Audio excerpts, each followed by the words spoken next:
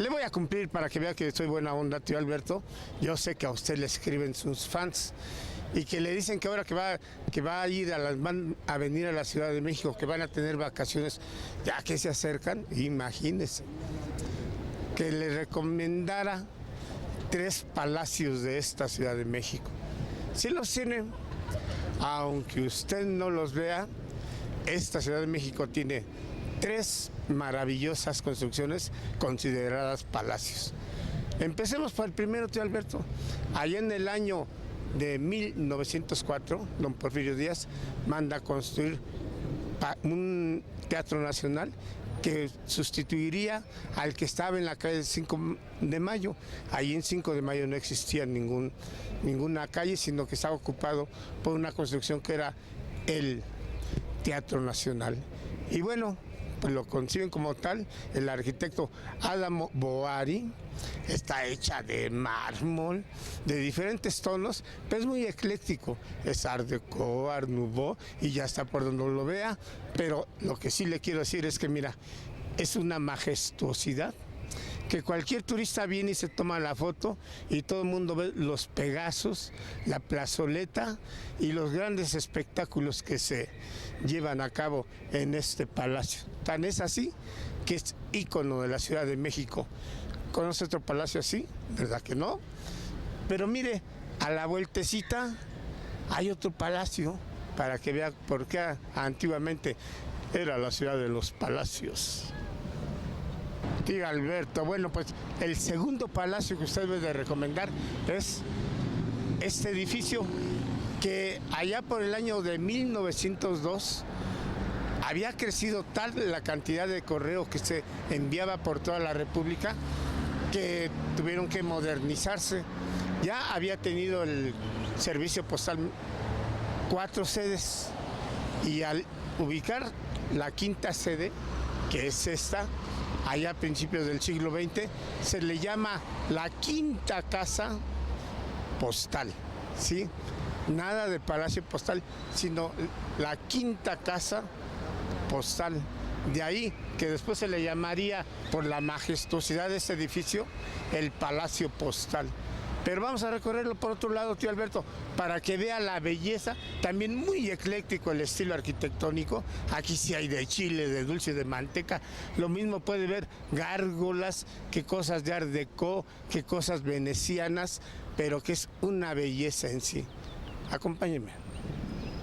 Ya vio, tío Alberto, mire cómo sobre el eje central está el maravilloso Palacio de las Bellas Artes. Mármol blanco que se va hundiendo poco a poco, como todos ya sabemos, son nuestra ciudad del lago y ya luego de los palacios. Y bueno, sobre el eje central es vecino al Palacio de Bellas Artes, es el Palacio Postal, que como ya habíamos dicho, fue la 5ª casa de correos o la 5ª casa postal. Bueno, ya se la aprendió, ¿verdad?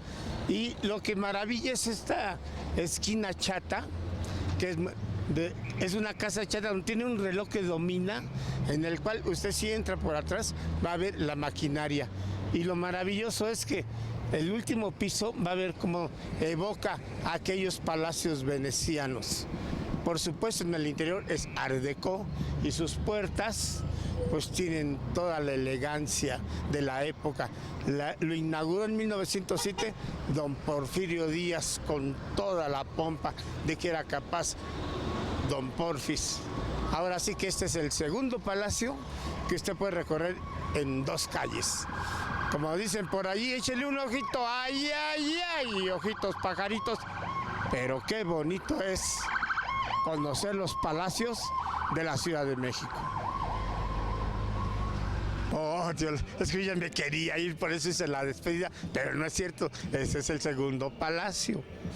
Avise, tío Alberto.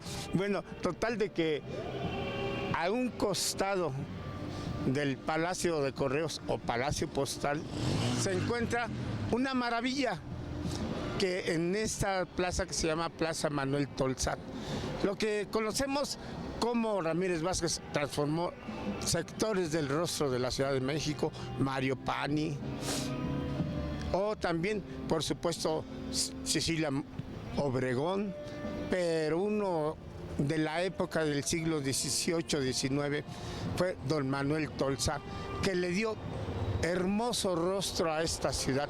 Así, a él se debe el diseño y la construcción del Palacio de Minería, valenciano, español, pero ya tenía muchos años en México, y que en el año de 1793 comienza a construirse y se termina en el año de 1813.